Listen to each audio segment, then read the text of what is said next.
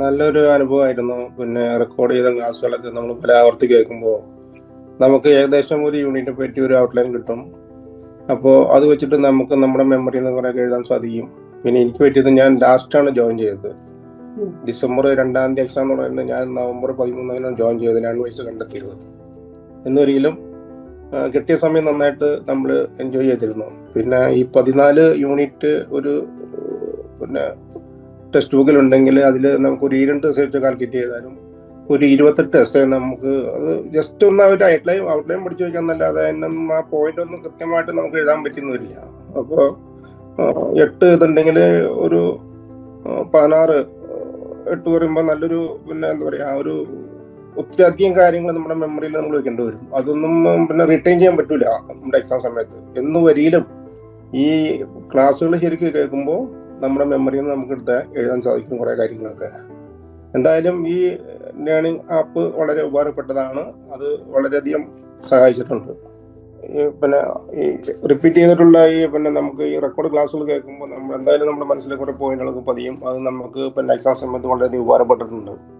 ഉദാഹരണം ഇപ്പോൾ ഒട്ടുമിക്ക ഇതിനകത്ത് നമുക്ക് കാണാൻ പറ്റുന്നു മോഡേണൈസേഷൻ, അർബനൈസേഷൻ, ഇൻഡസ്ട്രിയലൈസേഷൻ, പിന്നെ കോളനൈസേഷൻ, ഇതൊക്കെ അങ്ങനെയുള്ള കുറേ കാര്യങ്ങൾ തന്നെ. റഷ്യൻ റവല്യൂഷൻ, അമേരിക്കൻ റവല്യൂഷൻ, ഇങ്ങനെ കുറേ കാര്യങ്ങൾ നമ്മുടെ മെമ്മറിയിൽ കയറി കഴിഞ്ഞാൽ അത് ആ സ്റ്റോറി പോലെ പഠിച്ചു വെച്ച് കഴിഞ്ഞാൽ അത് പല സ്ഥലത്തും നമുക്ക് യൂട്ടിലൈസ് ചെയ്യാൻ പറ്റും.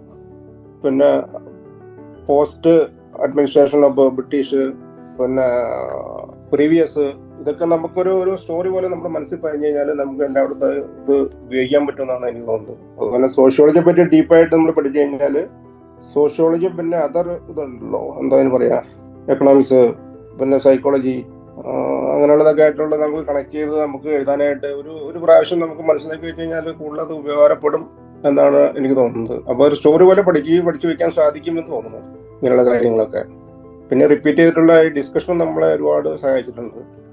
റിസൾട്ട് ആണെങ്കിൽ ഞാൻ ഇപ്പോൾ നമ്മുടെ MCQ അതിനകത്ത് ഞാനിപ്പോൾ നമ്മുടെ നൺ-ബേസിന് ആൻസർ ചെയ്തതിൻ്റെ എനിക്ക് 28 പിന്നെ കറക്റ്റായിട്ട് വന്നിട്ടുണ്ടായിരുന്നു.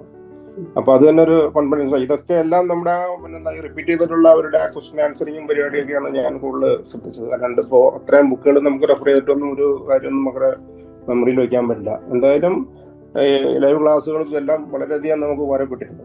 അപ്പോൾ എല്ലാത്തിനും താങ്ക്സ് ഉണ്ട്.